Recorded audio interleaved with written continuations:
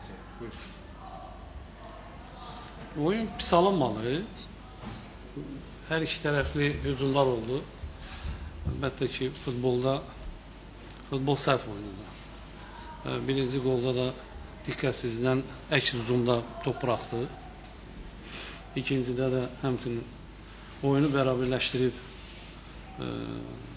ikinci qolu öz qapımıza buraxmaqda yenə də diqqətsizlikdən yenə də topa baxmaq, oyuncuya yox, zonanı tutmaq lazımdır. Və üçüncü qolda da əlbəttə ki, bu 11 metrə var dışı verdi də hakim. Olmasaydı yəqin verməzdi. Və özü də gördünüz ki,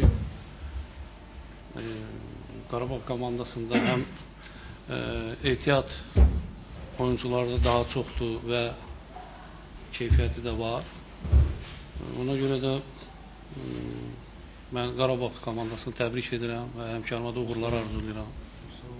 Bu qədər.